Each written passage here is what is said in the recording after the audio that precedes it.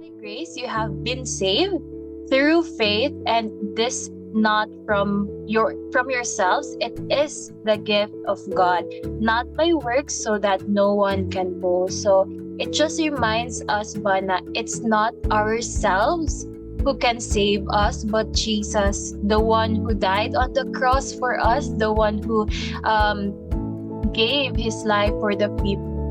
He is the one na nakasave sa atin, no? And it is through the grace of God. So, hindi natin mabuboast na, uy, nakadonate ako ng 10 million, ganon.